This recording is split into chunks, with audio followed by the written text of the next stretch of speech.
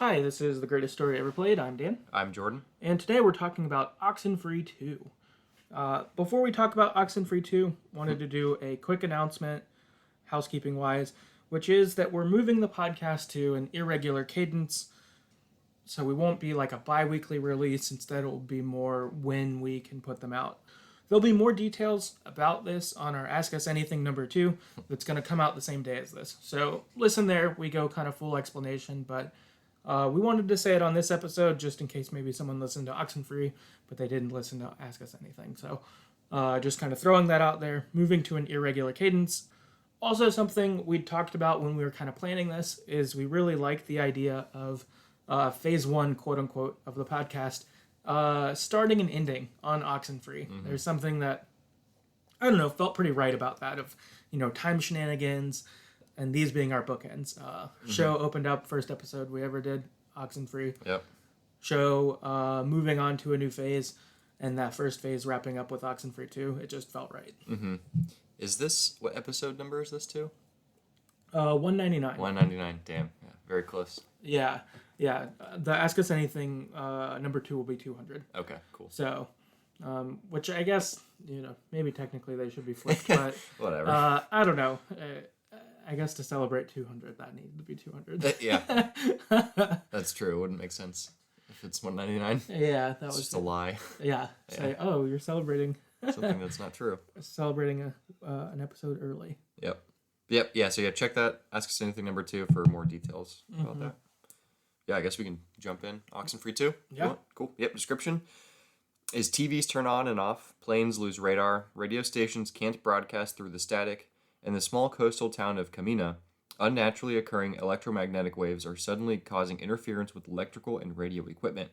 Reluctantly, Riley Poverly returns to her hometown to investigate the mystery, but what she finds is more than she bargained for. Awesome.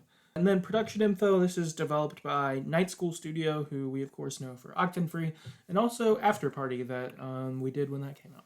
Yep. Other notable thing about Night School Studio is they got acquired by Netflix in September 2021. Netflix, at this point, is trying to kind of launch a gaming, sort of subdivision, I guess.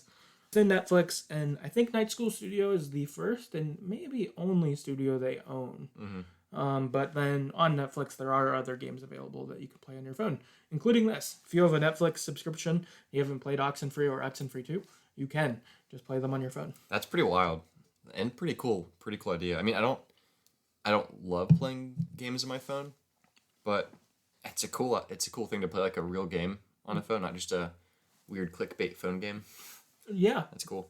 Yeah, I agree. I think that is cool, and I'd be curious. Netflix would probably never share this. I guess we could just infer if it works or not. But I wonder if this could get people who don't play games to play games. Like, if you have a Netflix subscription but you don't play games, you still can for free. Like, yeah, you why can not? Be like, what's Oxenfree?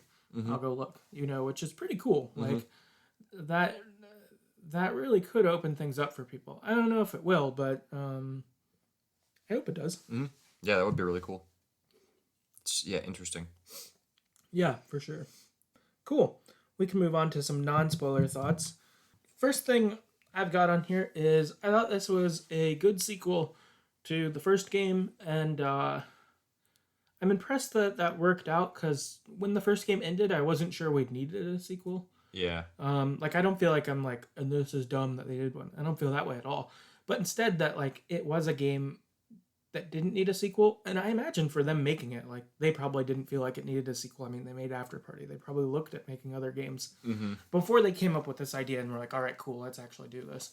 And I think what they did made sense. I think it's good. Like, it's a worthy sequel, especially when one you wouldn't have expected. So I think they did a good job there. Yeah, I agree. It's definitely a good follow-up. Yeah, if you like the first game, you'll like this one too, I think, as we'll talk about.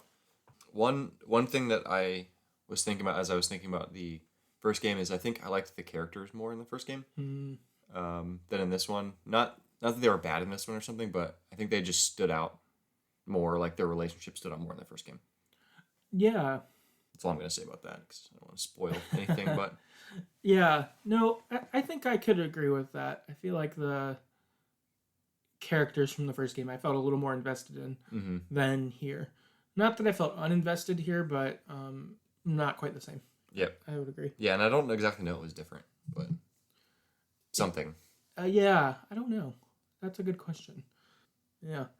I thought another thing in this is they nailed their kind of unique conversation system. Mm-hmm. Again, I would say probably of any game we've played, it probably has like the best dialogue setup where like if you're not fast enough, you don't say anything. Yeah, and it's also easy because it's like each like button like on PlayStation, what triangle, square, circle is a different one of the three conversation options. Mm-hmm.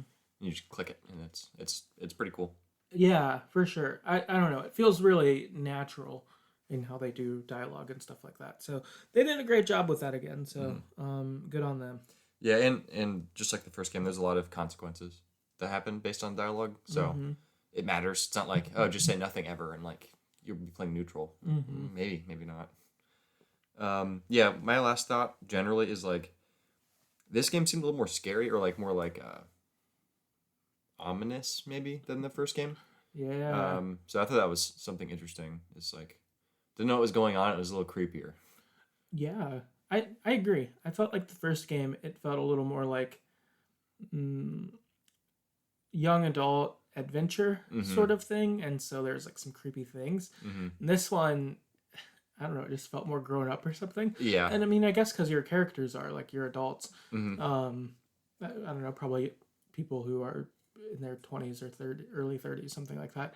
And the scares like matched or followed that. You're like, oh, this is turned up a bit. Yeah. And also as I was playing this, I really didn't remember a whole lot from the first game, aside from some of the characters. So me saying this one seems more scary might just be because I don't remember the first one a lot. So could be that too. Yeah, no, that's possible. Yeah, nice. Yeah, those are our non-spoiler thoughts. We'll hop into our recap. Kind of spoil everything here. So if you haven't played, go play it and come back. Definitely worth your time playing. I think also time-wise, it's what, maybe like 8 hours? Yeah. Something like that. Yeah, I think it's 7 for me. Ish. Yeah. Oh, and maybe it's worth saying that there's probably spoilers from the first game. Yeah. Random ones throughout, so just that's there too. If you haven't played the first game, you should probably play that before you listen to this. Yeah, that's a good call.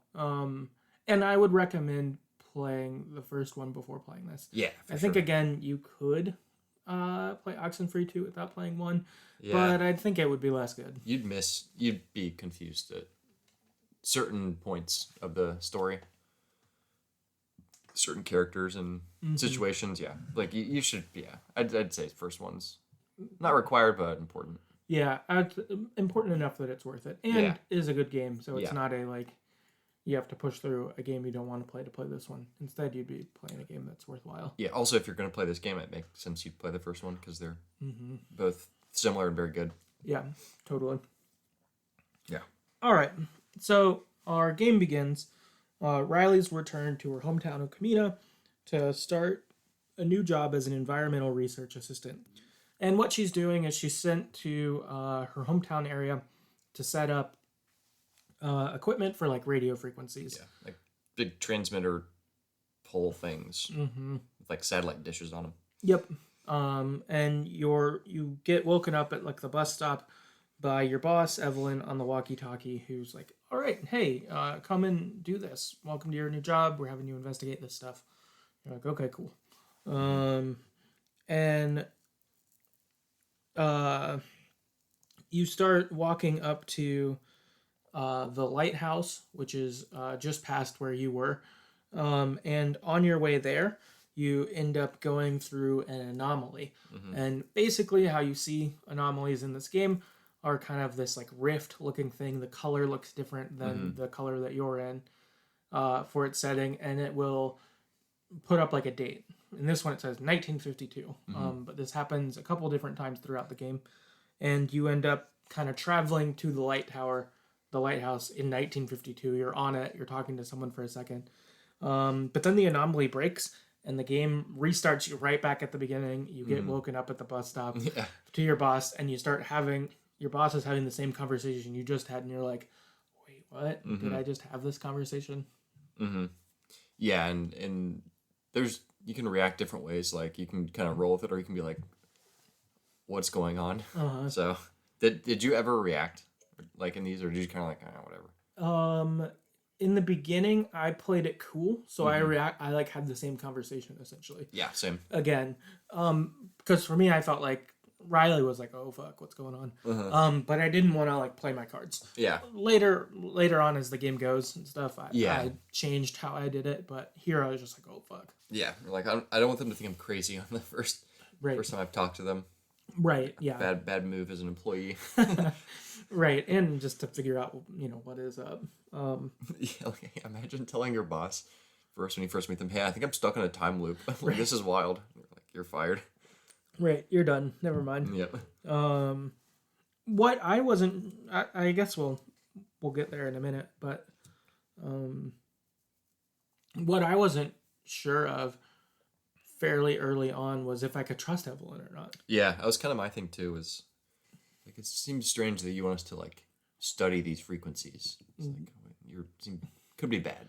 Yeah, it wasn't at this moment that I didn't trust her, but it was a little bit later that we'll get into. And then I just stopped calling her because I was like, I don't know if I trust you. Yeah. And it was like, maybe I don't want you involved with kind of the rest of this. I think I know exactly the point you're talking about. And we'll figure it out when we get there. Yeah. If we're on the same page. Yeah. Also, I guess last thing on the intro is I really like this as a start to the game. I was like pulled in immediately. Yeah. I was like, okay, I'm in. Yep. Which was nice. Yeah, because it's like, the first minute is already weird time skip. And you're like, okay, this is strange.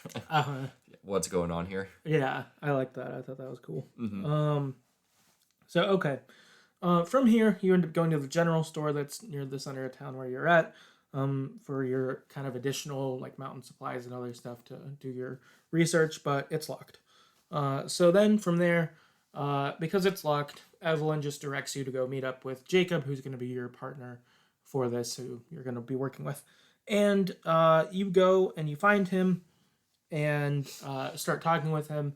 And he's kind of like the awkward kid that never left, basically. He's also from the hometown. And they went to high school together. It doesn't seem like they were friends, but maybe we're kind of like, oh, I saw you around school. Yeah, like I know who you are / who you were, but we never like talked. Yep. And also in this spot, I think you learn that each of them are like starting to figure things out, or they're at like crossroads in their life. You've got Riley, who's returned to her hometown because her dad isn't doing well. And so that's what's kind of brought her back here. You find out she used to be in like the military and also I think was kind of a rough kid in high school. Yeah. And then Jacob basically seems like he never pursued more. And so he's just kind of been stuck. And now he's kind of like, I like who I am, but maybe I don't. Like it's sort of that. Yeah. Yeah, he's kind of like a aimless dude who's like realized, oh, I can't just do nothing forever. It's like I need some kind of meaning or whatever, or purpose or anything. So I think that's kind of his thing, because you find out later his like parents died and they left him this really cool like house thing. House thing. It's a house. It's a thing with a roof on it. And so he's got like stuff and resources, but he's just aimless. Yeah, it seems like he's just kind of done what's comfortable. And it seems like he's done that enough that he's realized like maybe that's not the best. Like I don't think he's like quite like, I want to change, I want to be a new Jacob. But he might want to be that. You know, like he's like the before that part. Yeah. Like maybe I wish I wanted that. I want that. Yeah, he's kind of like that. So you two are dialoguing a little bit, and I would say that he's probably naturally more friendly and goofy, and you're probably a little more reserved or standoffish, sort of by nature. But you don't have to like play that way if you don't want to. I tried to play nice mostly, I would say, just because I'm like, he's not being a dick, so I'm not gonna like try to be a dick to him. Yeah, he was just kind of awkward. Yeah, but He was being friendly. Yeah, I feel like in games like this, I'll always play nice. Unless the person you're talking to gives you a reason not to. Yeah. But he didn't give us any reason not to. Or didn't give me. Maybe gave you one. I don't know. No, I agree. And I think same. I would like to play nice, generally speaking, and like not be cold to people unnecessarily or something like that. Yeah. I can help it. So you guys walk and head off together to the spot to place your first transmitter. What you also find out when you're in this section is you look at the map and you can kind of see the area. There's spots for 4 transmitters where you need to be like a certain height on the island to be able to look over to Edwards Island that's nearby, basically to be close enough. So you get to the first spot, you set up the transmitter, and then a beam comes up out of the transmitter. It's like a lightning bolt. Yeah. And it just like shoots. It's this like huge, like solid beam too. Like it looks like something in Star Wars or something. Like, it's huge. And it shoots over to Edwards Island and like seems to hit on something over there, and like stay connected, like as if it was like reaching some other point. And when this happens, Riley gets transported through several visions or time jumps or whatever. One of them is seeing the, I will say who they are now, the Parentage kids.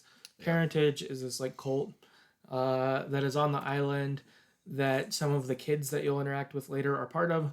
They're like parents are in it or family is in it, I think, right? Or they have some connections to it and are in it because of that, I think. Yeah, that's my impression. And so these kids are like teenagers who are seeing something. And so you see them.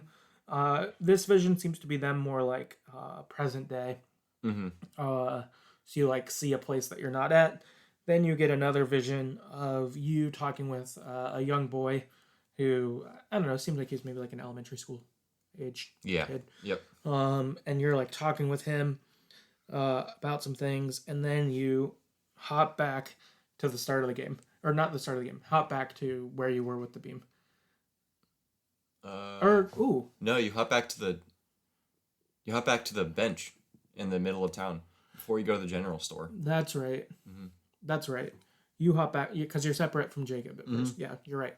You hop back there, and you're just like, "Whoa, what the hell happened?" So then you go off, and you end up finding Jacob, and Jacob doesn't tell you what happened to him, but it seems like he had something similar. Yeah. Where stuff got weird, and he ended up back where he started. And so you call Evelyn, and you're like, "Hey, the beam thing like did something, and maybe it's broken." She's like, "Well, get it reconnected," and then kind of. She's like, "Can you go back up there and check?" And you're like, "What? What the hell?" Right. And then you do it. Yeah, and so you do it, and you get it set back up, and you don't get thrown back into a loop or anything. But it I don't know, throws things off for sure. You and Jacob are both weirded out. And you do it, but for me, this is sort of the point where I was like, all right, do you trust her anymore? Yeah. Because this wasn't my point yet. Oh, okay. Right after this. Okay. For me, this is where I became concerned with her because she didn't seem to care about our concerns with it and was basically like, just do your job. Yeah. And because of this, I felt like I had almost like fallen onto another side. If there was like the side of our jobs and Evelyn's telling us what to do to set this beam up, after this kind of freaky experience, it felt like, to me, us and Jacob were kind of on this other side, and we're like, we might do the same thing you want, but we're not doing it for the reasons you want, and we might be trying to do something different. That's sort of how I felt and got to, and was like, maybe I don't trust them anymore. So from here, I don't think I called her ever again. Okay. I think she'd call me and I'd answer to like keep up appearances. But before this, she'd told us like, hey, go to each one and call me when you get there beforehand. It was actually right after that. Okay. That's when I didn't trust her. After this, and then she was like, okay, go plant 3 more of these things and then tell me right before you plant them. So I'm like, that's a little fishy. I feel like you're gonna like do something. So that's when I didn't trust her as much. Yeah. So I always told her after, like, oh yeah, we planted it. Okay. Just to see what she would do and whatever. I'm not gonna speak ahead yet, but okay. Yeah. I don't know if I called her again. Yeah, I did. Like, I think I just did it, but I don't think I called her. Yeah, again. I don't think you had to. I don't think anything would. Well, maybe something would change. I don't know. Yeah. I guess we'll figure out as we go. We diverged in our stories. Yeah, I bet we did. At least some, maybe grander picture. But yeah, I just stopped calling because it's like, I don't trust you. Mm-hmm. And so if she called, I'd answer and engage. But I was just like, I don't trust you. So Don't trust him. Yep. So from here, you head back to the general store because you need to get your climbing equipment because you can't access the whole island without it. Some of the places you want to put the points on, you won't be able to get to without it. And you get there and you see one of the parentage kids breaking into the general store. So you chase after them. Oh, I think I messed up some of the sequence here. You're good. I remember. So yeah, you go for it. Yeah, let's see. Actually, yeah. So when you get transported through these time loops after you plant the transmitter, you wake up back at the bench. And then that's when you're like, oh, I should go find Jacob again. And then you walk back to the general store, and then there's that kid breaking in. Then there's another time loop, and you go back to the bench, and you're like, what the hell? And you do it again, but this time the general store's on fire. Remember that? And then you have to like do those 2 weird machines. That's right. That I didn't like doing. And then after that, like time goes back to normal. Then you go and find Jacob at the transmitter. Okay, and that you guys kind of meet each other on the way to the transmitter. That's right. And then back at the transmitter, Jacob gets possessed. Yeah, actually, yeah. So you find Jacob back at his car, and you're both like, "What was that?"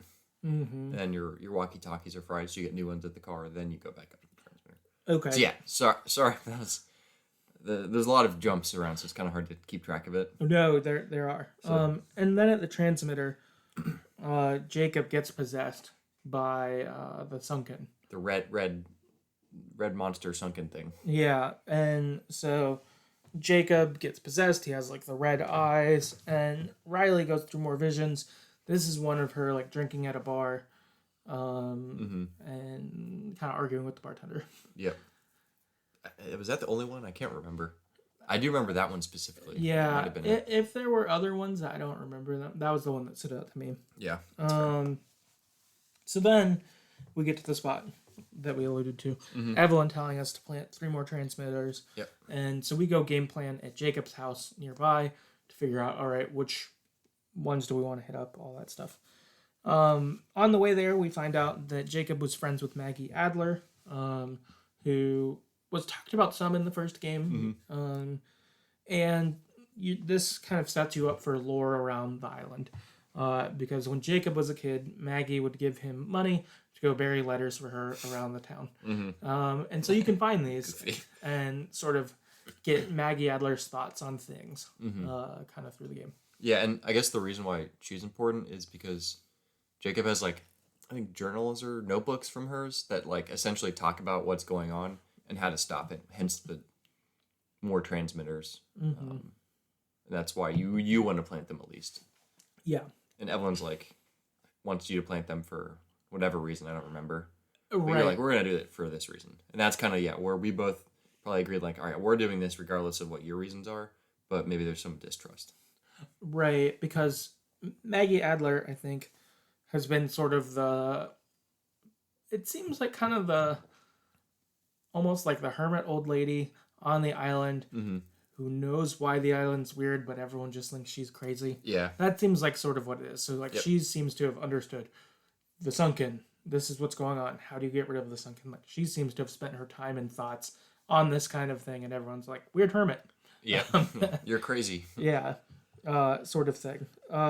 So you're game planning on that, and what you learn from kind of her journals at Jacob's is that the frequencies, you can shut the loop by setting these all up. Mm-hmm. And so you're like, okay, we want to do this for our reasons. Like you said, Evelyn might have others. I was distrustful of like, oh, is this some sort of like weird government thing where you want to like harness the power of this stuff? Yeah. And so I was like, all right, well, I want to make sure that can't happen. So I'm not shut this shit down. Yeah, we need this to be done. Mm-hmm. And I did feel like the way that this all worked, I felt invested in the mission, like as Riley, for sure. Of like, all right, we're gonna solve this no matter what it takes. And Jacob, I think, was a good partner in that. As his vibe was the same, like let's figure it out. Yeah, he's like, let's do something important. Yeah, let's go for it. Yeah, both of you kind of on board of like let's try Maggie Adler's plan. If we can stop whatever this weird time and ghost stuff is, let's do it. Yep. So then from here we get our climbing equipment. Also, we can go everywhere. There's 3 transmitters here. I think you can set them almost in any way that you'd want. But I'm just putting it down the way I did it. Yeah, I honestly don't know. Well, there was one spot where I tried to go. You can't go. Yeah, I tried to go there first. Is it the? It's the 3rd one at the mine. Yeah, because you need like the special radio thing. Yeah. Yeah. Okay. So that one you maybe have to do last. Okay. But that's where I also tried to go first. Okay. Well, but I think the other 2 that was the closest one. Yeah, you could do. So transmitter number 1, I guess for this section. This one you travel through mines, kind of on the way there. A big thing that happens here is you enter an anomaly from 1899 to use a functional mine that's not the destroyed one you have here. And you use this to be able to kind of transport out of the mine. Mm-hmm. On the way, though, during this time jump, there's a flashback of Riley talking to her dad when she was growing up. That had some kind of like meaningful moments, and you kind of seeing what their relationship was like. Mm-hmm. Yeah, at this point I was a little bit confused on like, are we back in time, or did somehow her dad get transported to current time? Because it was a little weird because he was like talking as if he was there helping her get out of this cave, but like didn't know he was doing that. It was just it's like, oh, trippy.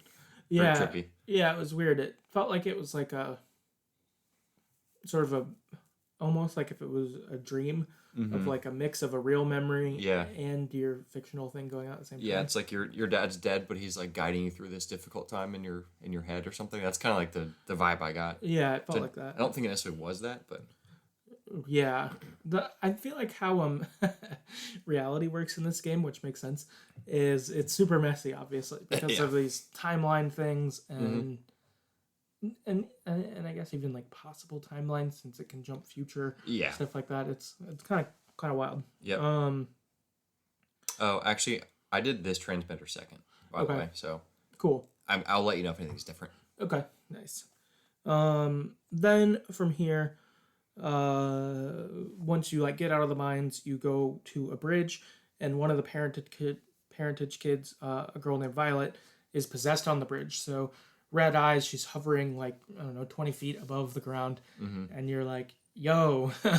And you, again, as these games will let you do, you can react kind of a couple ways. You could be mean, you could probably be neutral, you could be nice. I tried to be nice here, like don't hurt yourself, all that stuff. Yeah, same. Did she jump off the bridge? She ran away from me. She jumped off in mine. Oh, wow. There was a loop where she kept jumping off. And then eventually she didn't, and she ran away. But okay. Yeah, there was like maybe she did jump. Yeah, there's a thing where she like. Yeah, it's probably like 4 or 5 times, maybe 6 times even. Wow. Yeah, you try to get near her, and then you'd start saying something, and she would just fall off the bridge backwards over and over again. And then eventually you realize like, okay, I gotta be doing something wrong. Yeah. And I forget how I broke it, but maybe there was a machine there or something. Because do you use the radio frequencies to finally... You do, yeah, you use like the radio frequencies to like unpossess them, basically. Right, because it does the like triangle thing from the first game. Yep. where you get to 3 radio frequencies and it creates a triangle to... Yeah, and it like sucks the sunken person out of them. Yeah. Yeah. So yeah, that eventually happened, and then I talked to Violet, and she ran off. Okay. I didn't want to say Olivia. It's Violet this time. Yeah. Also in this kind of time period with the possession, Riley gets another vision, this time again with the kid from before. Mm-hmm. You find out his name is Rex, and through context clues you find out, oh, that's my son. Yep. That show's wild. Yeah. That's future me. Yeah. And you talk to him. He's mad about something, right? You try to give him some wisdom your dad used to give. Yeah, He, like, throws away a lucky penny or something. Yeah, the penny thing. Yeah. Because her dad was an electrician, and he gave you the penny. If you got mad, to like channel the energy into the penny, that's your anger. Mm-hmm. And he's like, he throws the penny. He's like, fuck that. It's not gonna work. Yeah. Yeah. Okay. Yeah. You're right. So you have that, and then you plant the transmitter. Beam number 2 shoots over to Edwards Island. Mm-hmm. Cool. So far, that's the same. Okay. As my experience with it, even though it was the second transmitter. Cool. Now on to the next transmitter. While you're on the way, you get a vision of the parentage parents and their daughter, Olivia. So the times you've interacted with Olivia so far have only been a little bit, but she's been like the mean one of the 3 kids. Yeah, she's like the ringleader. She's the ringleader, and she's like pretty intense Mm-hmm. and kind of angry and upset, more seeming than the other 2. Yep. But in this vision, totally the opposite. She's like a great kid, doing super well, and her parents are there, and it's sort of they're interacting just like loving family. Yeah, and it's also they're interacting. I don't even know where they are. It's like almost like an old Greek temple. It's kind of hard to even say. Maybe they're like on vacation or something. I don't know. Yeah, I don't know. I'm not sure if where they were. I did think it did look unique though. So you see that. Then you see another parentage kid while you're walking around, who's Charlie, and you chase after him, but he gets away. Jacob is like super pissed in this spot. Like his feelings are at like a 10 when they probably don't need to be. Maybe they should be at a 5. Like, I mean, little 15-year-old kids talking shit, and you're like, I just want to beat you up, but I can't because I'm an adult. Yeah. Or like, has stole something you want. Like, it makes sense to be mad at them, and like, I could understand yelling at them, but he's like really worn up. He's about to like worked up, beat the shit out of him. Yeah, he would if he could, but Charlie got away. And you play kind of the mediator role here. I basically like just tried to calm him down. I was like, "You're fine. It's fine. We'll figure it out." Then you have another vision. You get pulled into another vision where it's a funeral for Rex's gecko. So you like take him down to the water and you put him on like a little boat to like push him away. This is pretty sad. Rex is pretty sad about his gecko dying. Yeah. You're like, oh man, that sucks. Yeah, it was a pretty sad moment.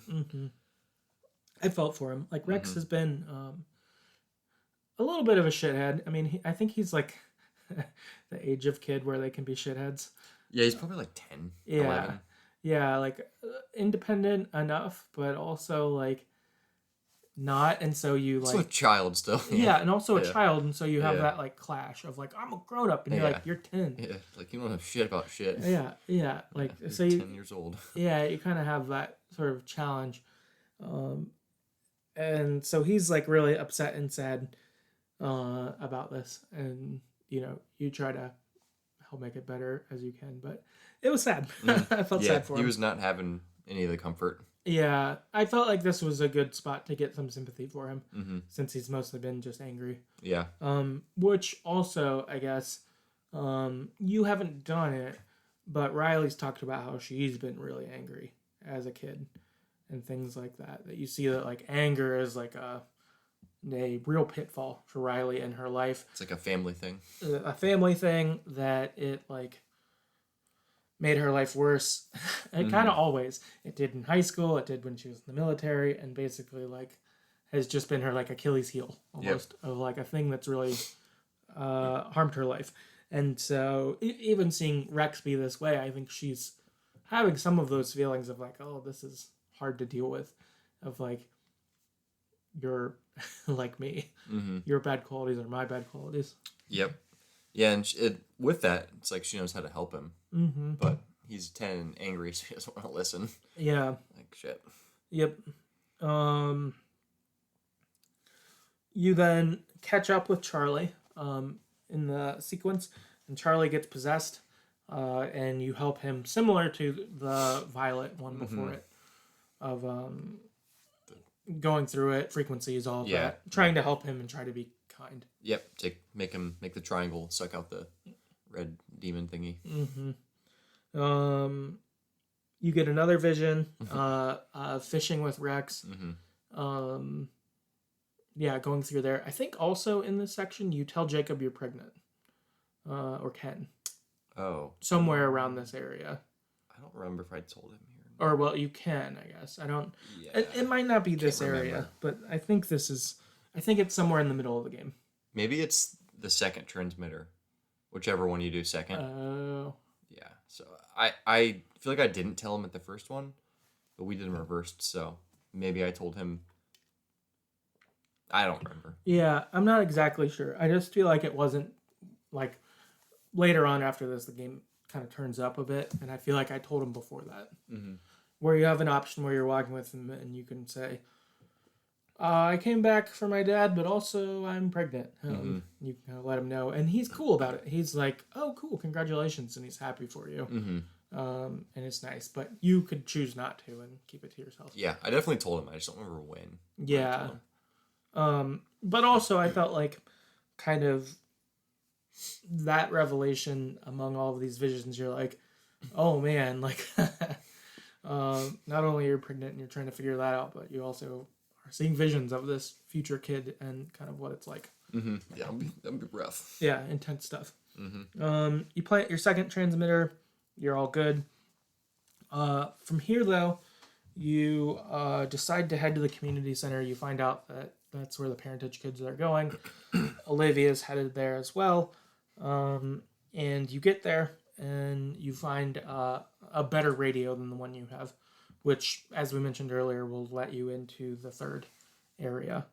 You want it to be able to go to the third area to plant the next transmitter. Olivia wants it, though, because Olivia and the parentage kids have been actively working to bring the sunken out. Mm-hmm. So they want the opposite of what you want. They want to bring all the sunken out, bring them into our world. Because basically, kind of the setup we have here is the sunken are kind of caught between universes or worlds, essentially. Dimensions, yeah.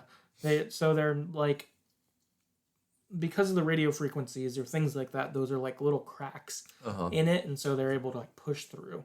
Mm-hmm. And so Olivia wants to let them all out because they say that your parents are here. I don't think they're lying necessarily, but that your parents are here, and so if you let us out, we'll all be able to be connected, and you can be reunited with her family. Mm-hmm. And as we saw earlier, that's super meaningful to her. She was really close to her family. Yep, and they died in a plane crash when she was younger, so it's like traumatic, tragic, unexpected. Yeah, totally.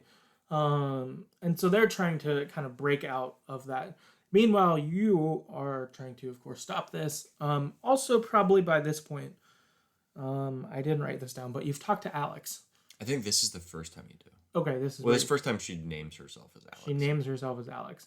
Alex from the first game. Yep. Who was stuck in the sunken place. Yeah, stuck there as well from the first game. Yep. Which I'd forgotten about. Yeah. That happened. So that she's stuck in the loop. Cool reminder. Yeah. And it sounds like from some of their conversation that maybe Alex was trying to have Olivia kind of help her to get out to be able to do this. Yeah. And so she was kind of thinking that, but then as you start being involved, Alex is like, actually, we should not do this, and sort of switches sides. Yeah, and then I think at the same time, the other Sunken, who are like the there were people like on the submarine that blew up, Mm-hmm. and they, yeah. Long story short, play the first game or like listen to our episode on it. Yeah. But yeah, they start talking to Olivia too, and they're like, "No, let us out." So there's like Alex talking to her. That's probably being honest, Mm-hmm. and then there's a Sunken that are probably lying to her, trying to get her to let them out. Yep. So there's like 3 different people talking to her and all saying different things, sort of. Yeah. Yeah. So kind of wild stuff. So you find this radio though at the community center. You have a confrontation with Olivia, Charlie, and Violet. And in this, ultimately, Charlie and Violet come around to your side. They're like, she's actually been trying to help us, and Yep. like she's against the Sunken, and like we should close this. The Yeah, Sunken is bad. I wonder how this would go if you were mean to them. I think that they would be Team Olivia. Yeah, but I just wonder what I don't know what would happen from it, but yeah, I'm curious. yeah, Olivia was definitely on the island here though because we Yeah. were good to them. Yep. And Olivia though still wants to open the portal, and so you have this kind of wild sequence where like the radio's somewhere, and it's almost like a football being like fumbled Yeah. all around the Yeah. field. But then also the house keeps shifting, so it like shifts sideways, and so then you like get up, you try to climb up the house like it's a ladder to get to it, and then it flips to the left, and you run down the left to go get the radio, and so it's just like bouncing all around. You're racing to the radio before Olivia gets there. Ultimately, you do get it, and leave with the radio, and you and Jacob continue on, and Olivia's upset. Yep. And- Quite upset. And you're like, no, we have to do this. See ya. Too bad. Yeah. Yeah, and you don't just say too bad. You're like, they're lying to you. They like want to take over your body or something bad. Like I forget exactly what you communicate, but essentially it's like you're not gonna get your parents back. They're gone. Sorry, but Right. you should move on. Yep. So you head to the abandoned mine for the third transmitter. To do that, you can gain access with this stronger radio. It has a radio frequency lock. Your original radio was too weak, so you couldn't get in. This one you can. You time travel again to 1930 to make your way through the mine. Again, it's in disrepair. When you're about to plant the transmitter, you climb like atop the church like steeple essentially, and Jacob falls through the church. Yeah. And so you go after him, you rescue him. There's some weird light stuff down here with some light puzzles of where to get things. But you ultimately plant it. Rescue him. It works. You plant the transmitter. But you found out that Olivia has gone rogue. Yep. That she's trying to open the portal on St. Edward's Island. So you've managed to close it with all the 4 beams shooting over. But if she can go and get closer, she can essentially set up a new beam on the island. She can like override the signal somehow. I don't know the science behind it, but Yeah, essentially doing that by being there, being closer with, I don't know, the lighthouse that's there or something. yeah, I think there's like a radio tower there that's like Yeah. probably way more powerful than Yeah. the transmitters are. So she heads there. You're getting ready to go, and Jacob ends up reuniting with his dog Athena, who he'd been looking for kind of the whole time. And so you see her, and that's nice. And then together you can head to the island to stop Olivia. You do have the option of trying to get Jacob to stay behind here, and say Did you do that? I did not. I didn't either. I might have. I think I said it once. But he's like, no, I'm coming in. I was like, all right, cool, you're in. I don't think I even tried. I assume he will never stay, just based on what we'll talk about. But I'm guessing also not, unless maybe your relationship is somehow like a certain way yeah, for him to not be there. But my guess is he does always come. yeah. But I did suggest it because he was really glad to see his dog. Yeah. And I was just like, well, maybe this will make sure the dog's fine, because no dogs getting hurt. No dogs ever getting hurt in anything I watch or play, except that one time we played A game. one of those games. I'm not going to spoil it. But Yeah, yeah, that was the worst. I had to play it. Yeah. That sucked. Yep. Still scarred. Mm-hmm. But you head off. You manage to find a boat on the dock, and you head there. When you get to St. Edward's, Olivia has been taken over by the Sunken. Mm-hmm. We've seen different people get taken over by the Sunken before this. This one is way more intense. Mm-hmm. And then you end up getting taken over as well. You try to use the frequency to disrupt it, and it does not work, and you get taken over. Mm-hmm. Then it's sort of like you're inside your mind, and you complete puzzles to basically break the control. Yep. Which is pretty wild. Mm-hmm. The Sunken, when you do this, you're ultimately able to push the Sunken back into their dimension, I guess.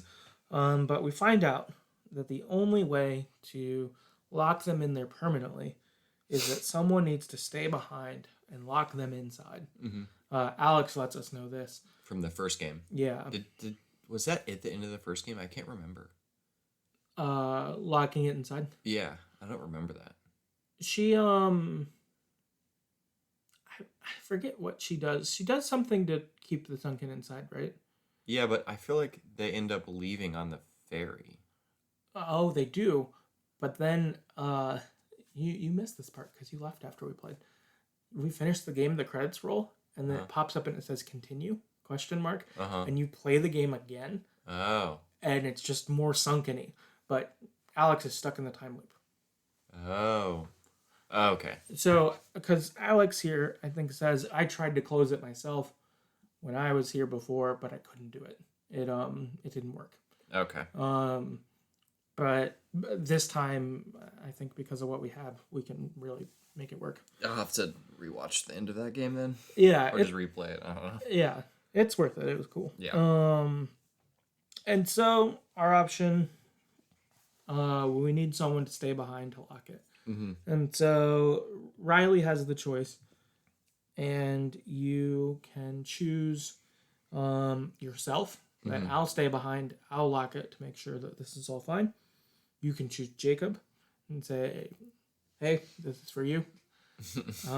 Or Olivia is saying, I want to do it. Yeah, she's Let me do this. Yeah, she'll be pissed if you don't. Yeah, I can be with my parents. I want to do this. Mm-hmm. And you can choose her. So, what did you do? Olivia. Yeah. One, she was fighting for it. Two, her reasons weren't that crazy. Like, they were like, all right, you want to be with your parents? Yeah, that makes sense. Yeah. I mean, Riley being pregnant, seems kind of messed up. Mm. And then Jacob just seems kind of messed up. Like, hey, you do this, dude. Yeah. Yeah, so if you're going to make someone else do it, you should make the person who wants to do it. Yeah. That's my thought. I felt that way, too, about, making someone else do it. Mm-hmm.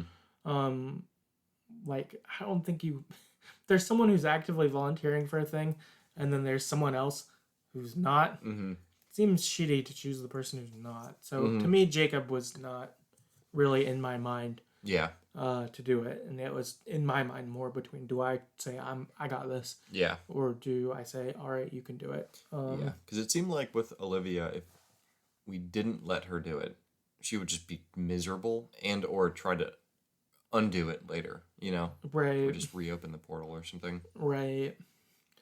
Yeah, I felt similarly. I did it too. I let Olivia. I felt like I was like, you're a kid, but you do want this. Mm-hmm. It's not. It doesn't seem like it's an emotional in the moment thing. This has been something she's worked towards seemingly a lot before this game started, but then has just continually gone to it, even when it's not easy or anything like that. Yeah. And so I was like, I feel like you're allowed to make this choice. Mm-hmm. So I support you. Yeah, and she knew the consequences. Yeah, it wasn't like you're like 14 just not thinking this through and like, I'll do it. You're like, no, you thought this through. You understand. It's not like you have as much rational thought into this as I would as an adult, so. Right. Sure, go ahead. Well, and yeah, you understand what you're signing yourself up to is, okay, I'm going to go close the portal. I'm going to get to be with my parents. I know it's not really real, but it will be real to us and I can be with them. And so I would rather that. Mm-hmm. And it's like, well, even if I don't think you're getting what you want, like, you do, and I don't think you're aware of what you're getting into, and so I don't think I should prevent you. Yep. That's kind of how I felt. Exact same. Yeah. We had some people write in about this. Johnny on Twitter said they chose Olivia. She fought for it. She wanted it. I didn't feel like I had any right to override her choices. So, yeah, on point. Same as us. Yep. Callum on Twitter said, I had Riley close the portal, but based on what I've heard, I definitely want to see the Olivia ending. Nice. I feel like we'll probably hear mostly Olivia, some Riley, and no Jacob. Yeah. That's my guess. That would be my guess, too. Tiny and Tired on Twitter said, I chose Olivia. I felt bad because she was a teenager, but also I wanted to give her a choice agency. Getting to know Rex through Riley's visions, time jumps, whatever, also had me feeling weird trapping him with his mom. I want to go back and choose Riley to see how it's different, though. Yeah. It would be cool to replay and see the different endings for sure. Tej on Twitter said, Riley was who I was going to choose the first run, but I wound up going with Olivia and broke my heart. And last, Nikki on Twitter said, I originally wanted to pick Jacob to give him a chance to do something big. It was very interesting to see him decline with the reasoning that he wanted to go do something with his life. Didn't want to pick Riley because of the pregnancy. Things felt weird with future visions, so I picked the girl Olivia. She wanted to be with her parents anyway, so I was like, yo, please let me do it. Man, if she wants to volunteer and someone really has to do it, let the kiddo do it. If they want, I don't care. It sums up what I was thinking. Sums that up. Something that Nikki brought up on there that is good is, so Jacob, I guess if you volunteer him, there's a chance he'll say yes or no, depending on how you relate with him. I was reading about this. Apparently, if you're like us and you're nice to Jacob, he's going to say no, and it seems like Nikki was as well. If you're nice to Jacob, he'll say no and be like, no, I want to do something with my life. Ultimately, this isn't that. But I guess if you're mean to him, he'll feel like, well, the world hasn't had any meaning to it. This is the thing that will bring me meaning. And I'll do this. Okay. To kind of wrap it up. Something I thought was interesting in this choice that we didn't talk about was Alex is the one who kind of poses this choice to you, and she's kind of pushing through there. And something she lets you know is, hey, you and Rex don't end well, just so you know. And I thought that was a good piece to this decision in itself. And I think gave the idea of Riley, like, I would say some temptation or thought of like, okay, like I've seen what my son's relationship has been like in these other ways, but finding out like long term our friendship isn't well, what if I go in here and it'll be whatever it is here, what if I get to miss the big hurt or something like that, or I guess being pregnant, is he there at all? I don't know how that works. But like, does that mean if you're in that version you could only make the good memories? No idea. I don't know. I thought that was interesting, and like her bringing that thought. But also Alex said, I don't know all I'm not all knowing or something like that, but I saw like what the future looks like, and this is what I'm seeing. Yeah, she said in like most timelines or whatever, like it turns out not great. Yeah, which is I don't know. I thought that was cool. Like, just as a adding challenge to this. Yep. Yeah, it's interesting. Like, it's like maybe even just knowing that you could, as Riley, make that not be the case. Or maybe by trying so hard to make it not the case, you would make it the case. Like, who could say? Yeah, I feel like it'd be impossible to not overthink that as a... Yeah, like everything I do. Riley, after this, of like, all right, if it always ends bad, what do I do to make sure it ends good? And like, what if it was, I knew I was too harsh and angry, so, or I think I'd be that way, so I will just not tell my kids anything. But then their lives are ruined because I never disciplined, or I never disengaged. Yeah, or I was not emotionally invested because I didn't want to be angry, and that also still ruined. What a tough fucking thing. Yeah, for sure. It's super hard. Yep. either way, ultimately, whoever closes the portal, and I didn't write this down. I forgot to write at the very end of the game. You close the portal down. It happens. You're back at the front of the game again. You wake up from Evelyn, and she's like, "Cool, you guys did it. It's all good. You've planted this," or she doesn't say transmitters anymore. It's something else. Yep. You've done the thing. Good job. Do you want to sign up for a new job? Yeah, I think because she's talking about like watching migrating quails or Yeah. something. You're like, what? Yeah, totally something different. So like, Uh-huh. all right, we changed it. Then you start walking around. Alex walks by along with her friends. Yep, Jonas and the other Yeah, Jonas folks. and everyone else. They all head off to the boat, but Alex stops by to talk with you. Her friends don't remember anything, but she does. And I felt like was kind of like a kind, good friendship moment between these two here.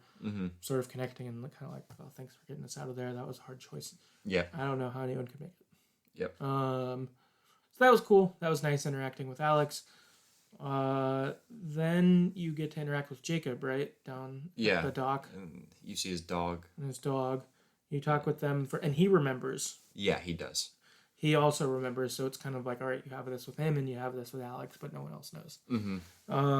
You connect with him. Then it kind of moves into the epilogue, which is there's kind of like a memory box that gets put forth, and it's a letter that's on top that's from Alex to Rex, saying like,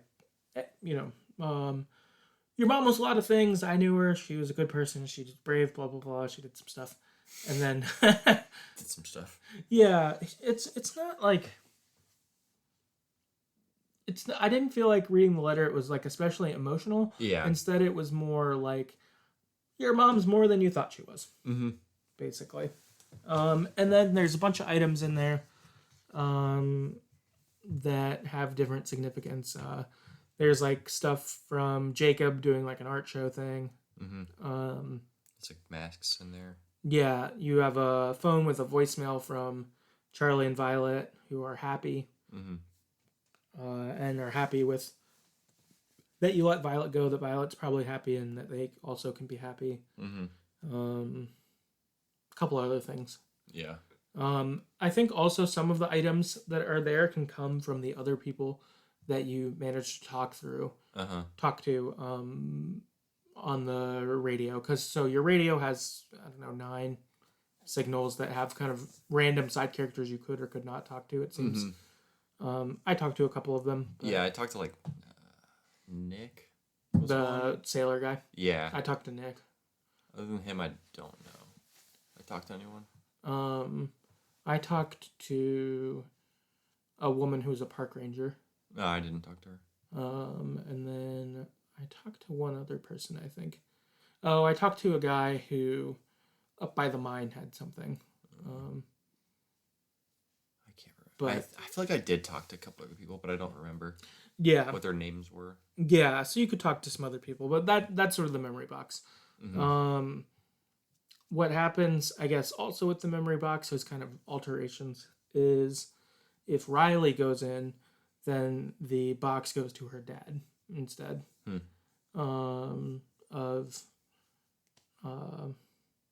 instead of Rex. If it's Jacob that goes in, it still goes to Rex.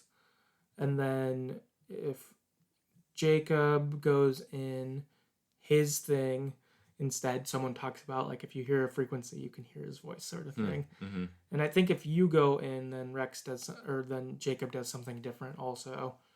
And Olivia's not doing well if you have her not go. So I think her going was probably best. It's like the best option. Yeah, I think Olivia going is probably the good option. Yeah. Overall, because I think she's like, I think there's 2 versions of how unhappy she is. One, she's like really unhappy and like not doing well at all, and then another one where she like ran away and moved somewhere else and is like doing slightly better, but is still not doing great. Yeah. So okay. I think that we ended up with probably the best ending. That's good. I wonder if in every ending Alex tells you, I've seen how it ends with you and Rex, and it's not good. I wonder if, depending on how you interact with him in the visions, if there's like a way to get like, oh, if you do this, like, you're losing something really good. I wonder. Ooh, that's a good question. I don't know. Because it would make it. I could see that being the case because I feel like there has to be some sort of choice that matters when you interact with Rex. Yeah. Because it's a big part of the game. It's like Yeah, you have a lot of vision. yeah, there's him. like 4, and some of them are kind of long. Yeah, they're like fairly involved. Mm-hmm. Yeah, so I wonder if that changes based on interactions. Yeah. Nice. Mm-hmm. Cool. Well, we can move to general thoughts here. One thing I had, I guess we're still talking about the ending some, but something, just seeing what people did, it seems like the ending was probably heavily Olivia, Yeah, some Riley, and probably less Jacob. Mm-hmm. I feel like they probably should have added another wrinkle to that to have it be probably more of a choice. Yeah, I agree. I don't know how this would work since it didn't, she tried to do it in the first game. But if there would have been a spot where maybe Alex gets left behind somehow, Mm-hmm. I could see that being, like, I think that would be tough because of liking Alex from the first game, it would be hard to leave her behind. Again, yeah. Especially because she's trying to get out. Yeah. Yeah. So I could see that being an interesting, like, if they could have done something with that. Yeah, I agree. It was a choice, for sure. But it didn't feel as, like, impactful as choices we've done before. Or, like, even from the first game. I think in the first game you have to decide, does Alex do something or does someone else do something? I can't remember exactly what it is. Yeah. Well, because there was a part where you could, like, leave behind the girl who was mean. Yeah. And you were like, should I do this? Yeah. Yeah, you suck. Yeah. And you, like, felt bad about it, but you're like, whatever, you can be possessed. I don't care. Yeah, good luck. And then you feel bad about it. Yeah, but there's, like, real choices in that. And not that there was not real choices in this, but yeah, the ending almost felt like, oh, you should pick Olivia. Makes sense that you would do that. Yeah, that felt like the most right choice, so to speak. Like, I'd say it was like a 75%, like, this makes sense to me. Yeah. And it wasn't like the 50-50, like, I would want for an in-game crazy choice. Yeah. You know? It just, it didn't feel as difficult to make it. Yeah. So I wish there was something that would have, like, tweaked that a little bit to make that a bit harder. Because I was like, when it first got presented, I was like, it's probably Olivia, right? And the more I thought about it, I was like, yeah, this is it. You know? Made sense. So, yeah. I don't know. Yeah. Yes, I have 2 thoughts. One is related. It was cool having Alex in it again because I had kind of forgotten about how things went down, and that it left on a cliffhanger. So it was cool they got out. Mm-hmm. I guess I have 2 thoughts after that. One is I liked the use of, like, time jumping to add depth to characters. Mm-hmm. That was really well done. Like Riley with her dad or Riley with Rex. Mm-hmm. You obviously wouldn't have gotten that because they weren't part of the actual story. Yeah. But adding that was really, really helpful. So I think they did that really well. So that was really cool. I agree. I like that a lot. I think that the depth you got with Riley, especially for that, was really cool with those, of these kind of interactions or understanding. Like, you, in the first game, you understood about Alex as she talked with people. Mm-hmm. And that was cool, and you got to relate with them. But this one, it felt like it was almost like,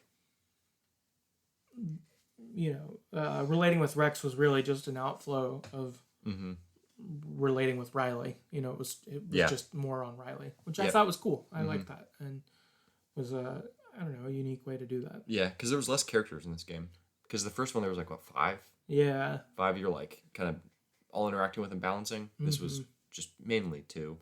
Yeah, it was really you and Jacob basically the whole game, the whole time, except for random interactions with the 3 hooligans, right? The youths, right? Yeah. And last thought, did they explain how, like, Alex and those kids got out? I was a little confused about how they got out, but the other people didn't get out. I don't know. Because I swear they were talking about how, like, they couldn't get out. And they were just... Because, remember, Alex was trying to get Olivia and those 2 other kids to, like, let them out, essentially. Right. I thought she had given up on that. So the fact that they still got out was kind of like, I don't know what's going on. I was a little confused about that. Yeah, maybe it's because Alex is still part of this dimension Mm-hmm. or something. Yeah, because she had a physical body towards the end of the game. Yeah. Sort of. But she wasn't. That's a good question. I don't know how that works. Yeah. Like, is it because she's from, like, they'd still all be around in present time? Yeah. Maybe it was like, it's not long enough after it happened. Or maybe because they're not dead? Like, the Yeah. Sunken, I guess, all died, right? Oh, true. Like, they all died in the sub or whatever. Good point. Maybe that's why? Yeah, actually, that would make sense. Yeah, because they were talking like the Sunken needed bodies to get back. Like, they need to, like, almost possess a body and take it over. Right. Whereas they probably still have bodies because they didn't. They're not dead. They were just on the ferry. Or they were somewhere on the island. Right. They were Somewhere. They were stuck in a time loop, but they still had bodies. Yeah. The other ones, I guess conscience or whatever it is stuck, but they're dead though. Yeah. Huh. Yeah, no idea. Yeah. I feel like we should go to Reddit and look it up, and I bet someone has like a really succinct few paragraphs explanation. No, yeah. That I guess that's got to be it, is that they already have bodies. Alex and her friends didn't need to take a body. Mm-hmm. Versus Olivia talking to, like, her parents are dead, Mm-hmm. or anyone else. They would need bodies to possess to come to our dimension. Yeah. Because I guess what it would be, right, is that there's the here and now, like a live dimension where everyone has bodies. Mm-hmm. And then there is the fake dimension where everyone's dead and stuff like that. Mm-hmm. And then there's this sort of middle one, right, where they're like trying to pass into it, but by Mm-hmm. closing from the inside, it shuts it, and so they can't get out, but everyone there can still engage. I don't know. I think so, yeah. Because it seemed like Olivia would be engaging with her parents or the Sunken or whomever in that dimension in sort of a weird eternity kind of Some thing. kind of weird time loop. Yeah. Sort of thing, but they wouldn't have bodies. It would be, I guess, more vision-y, like the things we've popped through. Yeah. Yeah, I guess. I don't know. Yeah. I No don't idea. know. Yeah, wild stuff. Yep. I know we talked about it briefly at the end, but I did like the little interactions with the side characters on the walkie. I thought that was a decent supplement for not having your group the same way you did before. Like, yeah. It was a cool wrinkle. Yeah, I thought that was nice to add some people in and like sort of see how they were, just since like, I guess in the first game it was like you and Jonas, Alex and Jonas were kind of your 1-2, sort of like the Riley Jacob, but your other three were definitely more involved still in the other game. You still did a lot with other people too. Yeah, and would do missions. because you could like for choose them. who you'd go with or talk to them about a thing. Yeah, which would add like build or hurt relationships. So yeah, it felt like you're balancing more. Yeah. In the first game, potentially. Yeah, this one it was kind of more you're invested, or I guess not if you didn't, but in Jacob, and then really it's like the mission. Yep. Sort of thing. Yep. Yeah. That's all I've really got. Do you have anything else? No. Cool. Well, then we can move on to some listener feedback. First up, we got Nikki on Twitter said, "It is cool. It was cool. Definitely enjoyed having another installment. Love the time jumpy stuff. Didn't really like the child plot because it changed heavily how I approached the end choice. But otherwise, a great game. I still like the first one more though." Yeah, I think that I feel like a two-edged sword about the child plot. I think that Nikki's right. It does change the ending and like made some of that more complicated than like choosing like I'll sacrifice myself or something. That felt somewhat off the table in some ways, but I did like the complexity it felt like it brought. Yeah. Like I do really think the like concept of like you have a child and you have this relationship, but also like what if it ends bad? Well, do you want to invest in it or not? Like that's fucking great. That's tough. Yeah, that's tough. Like Rough. that's like a and even like a maturing of your problems of like this compared to the first Oxenfree, right? The first one is like they're teenagers doing teenager shit. And not that it doesn't matter any of that, but this one it just like problems are bigger consequences. Yeah, I feel like it aged, like all of it. Yep. And I think that's cool. I do like that. I think that that's a good a good move by them. Mm-hmm. Yeah, I agree. I liked the child plot. I think it did add a layer of like, I don't know. Mm-hmm. Because yeah, I mean, it didn't make Riley unsacrificable, but it made the choice of like, well, I'm just going to sacrifice myself more difficult because I'm not just sacrificing myself. Yep. Yeah, I like that. It's different. Johnny on Twitter said it was a satisfying conclusion. I really enjoyed it, but perhaps not as much as the first one. But honestly, I didn't expect to, as so much of what I enjoyed about the first one was discovering the mystery. That's I feel like that's pretty well said. I definitely like the first one better. In this one, you kind of knew about the Sunken and that kind of stuff, so it did remove a little bit of the mystery for sure. Yeah. Or most of the mystery, I guess. No, yeah. I guess the first one we were like, "What is this?" Yeah, what for the quite hell is a while. happening? Yep. Yeah, quite a while. Yep. K-Drop on Twitter said, "Played it twice and I loved it." Nice. So that's awesome. Bob on Twitter said, "Phenomenal, great game and performances." Nice. Skylar Key on Twitter said the storytelling was just as good, if not better, than the first game, but I found the story itself not as interesting this go around. Music and sound design are absolutely stellar. Some amazing moments visually and orally. I quite loved it. No one does natural conversations better. Yeah. Yeah. Definitely shout out to the music and sound design like they brought up. Sure. I thought that they really nailed that again, just like the first game. That was something that stood out there and thought was really good and did it again. Yeah, good stuff. Yeah, definitely agree with that. Callum on Twitter said, "Loved it. Really liked the cast of new characters, especially the protagonists, Riley and Jacob, and as before, the art and music were great.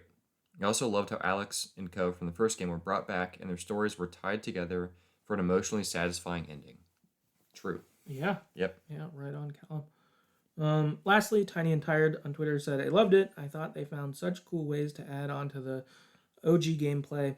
Also, the art was gorgeous. A screenshot from Lost Signals is now my laptop background." Nice. Love that. Yeah, it's great when a game does that. You're like, oh, dude. Uh-huh. Taking that screenshot. Oh, yeah. And I agree. I thought, like they both and others have said, really love the art in this, too.